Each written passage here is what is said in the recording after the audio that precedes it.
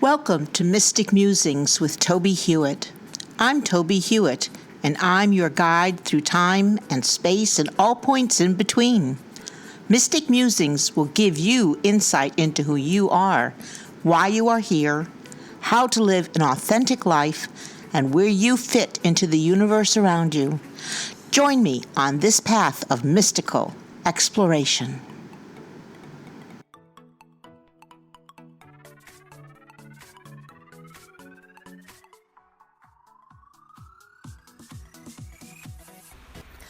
Welcome to episode 15 of Mystic Musings with Tobie Hewitt. This week, we will discuss psychometry as we continue our mystic journey. Now, you've been following along these episodes. You'll remember that the first readings that I received or gave had a measure of psychometry associated with them. The first was when Mrs. Deshard in Lilydale asked to hold my ring during my first ever reading, and she was able to pick up a lot of information, and she was able to make that connection with me that led her to my own memories and the things that were about to happen. It's an interesting thing to have somebody else's ring in your hand or a piece of jewelry or whatever. And then the first readings I ever gave, as you'll recall, had to do with a ring that a fellow worker gave me, and I was able to give him a reading based on the vibrations and information that the ring was giving me. So what is psychometry? Well, it's basically a psychic gateway.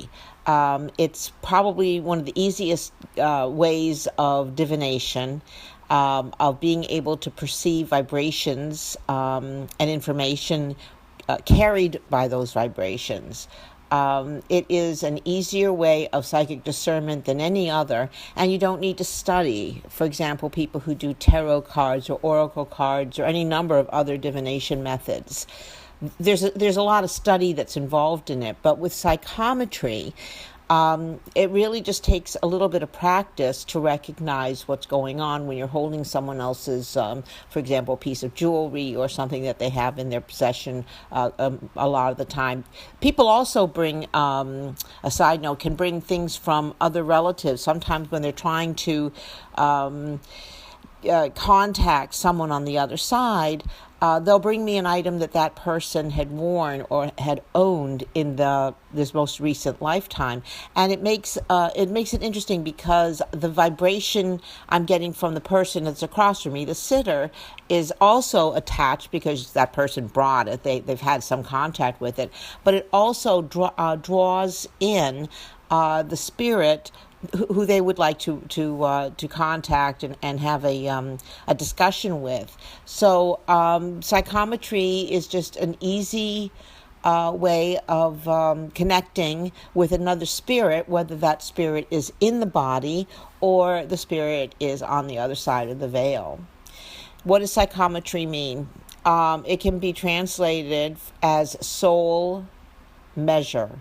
So you're basically gaining a measure of what is attached to the soul of the person who owns or owned the item. And it's an energy. Energy can either be created or destroyed. And items, physical objects, retain energy. Now, it occurs to me as I'm sitting here listening to people on the other side chatting about this, is that crystals also do this, but they have a sometimes larger memory, and we'll get into how crystals can teach us an awful lot about ourselves and each other and the world by meditating with them and holding them. But when we're holding an object, I personally prefer to hold like a ring or something that's metal.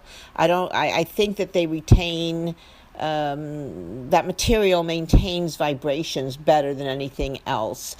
People have tried to get me to hold pieces of clothing or whatever. Although now that I'm talking about that, I did recently give a reading where the fellow had brought me a pillow fashioned out of his loved one's shirt.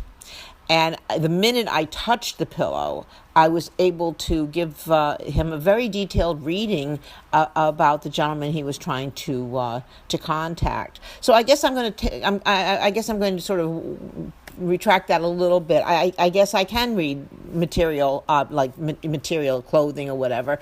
And so you have to experiment to see what is easiest for you to work with. Vibrations, objects contain vibrations, and vibrations retain a record of the object's history and who held it and what happened in its presence. The object, in other words, retains a memory of where it has been and the other vibrations that were present around it. And so it carries a memory. I can't say that the jewelry, let's say somebody gives me their ring, I can't say that the ring itself holds the memories, but they hold the vibration that leads me to that memory, that leads me to that information. And what can be used to gain impressions? As I said, you can use a ring, you can use a piece of clothing. People have brought me, unfortunately, excuse me, brought me, for example, silverware. One person brought a knife one time. That one I wasn't really thrilled with. And it obviously did have some really negative vibrations attached to it. And I told her how to get rid of the knife and then be able to be healed from the vibrations that it was feeding her. So what does it feel like?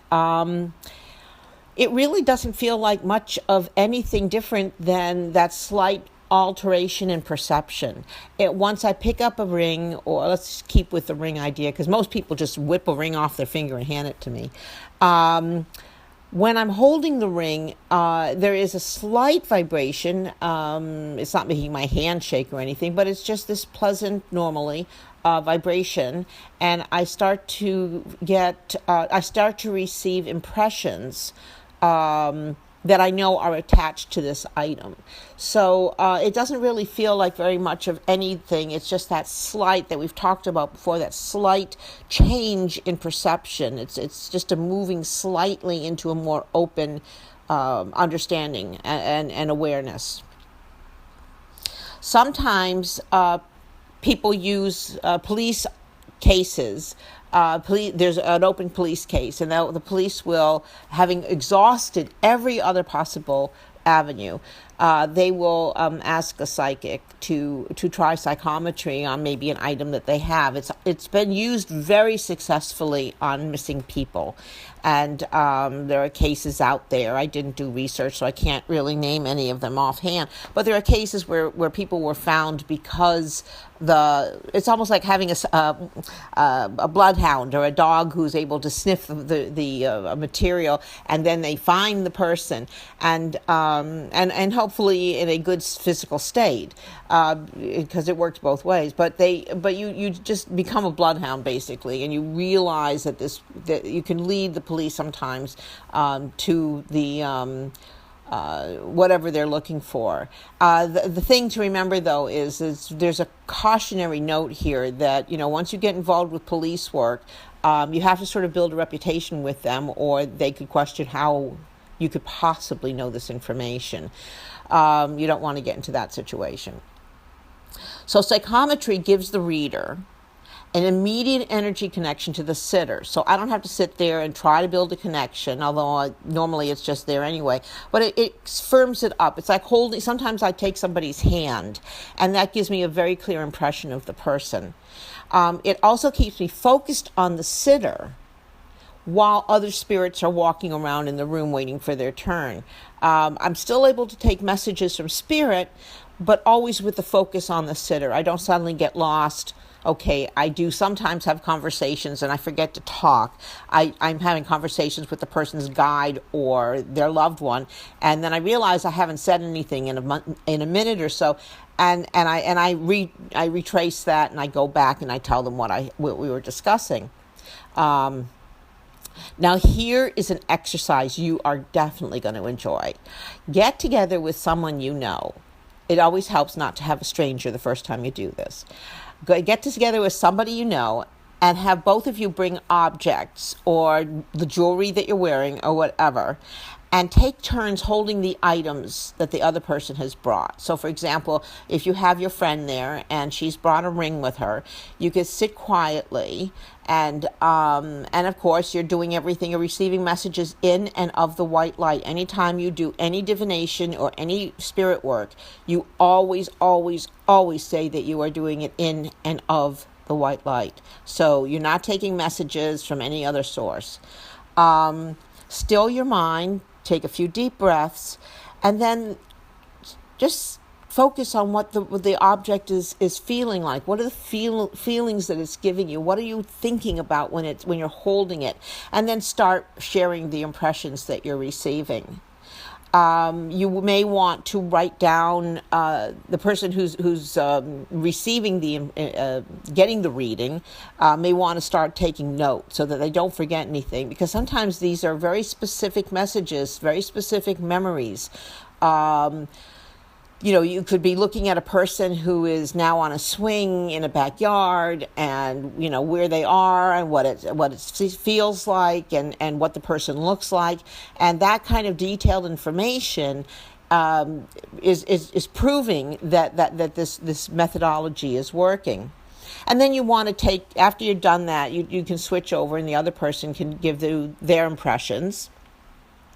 And like most activities in life, psychometry takes a practice, not a lot of practice, but you need to practice so you recognize the informative vibrations that you are receiving.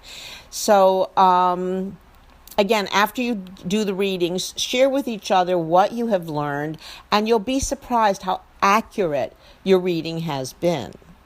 Now, next week, we are going to discuss in episode 16, seances, as we continue our mystic journey.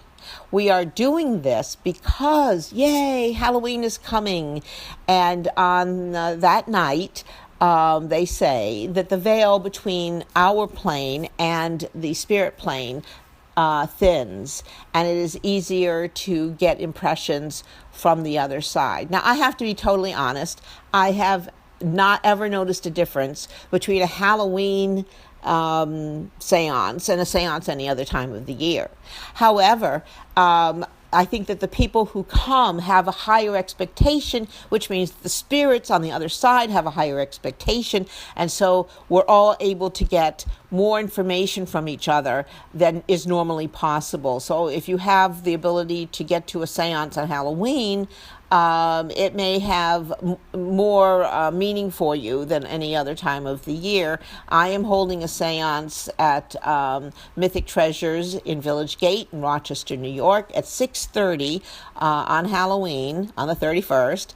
And I hope that people will give me a call, get my contact information off of TobieHewitt.com, and give me a call, and we'll get you set up to come to the seance. So anyway, next week, join me for episode 16 as we look at seances as we continue our mystic journey. Thanks for listening to this episode of Mystic Musings. Please join me every week to continue our exploration of all things mystical that can help you have a more practical and magical life. Please visit my website, TobieHewitt.com, for more information and to read my blog postings. And join me also at pathwaystomindfulness.org to learn how you can schedule a presentation. I am available for mindfulness training, demonstrations of psychic abilities, and individual readings. I also have a number of books on mystical topics on Amazon.com. I look forward to hearing from you and answering your questions. Please contact me through TobieHewitt.com.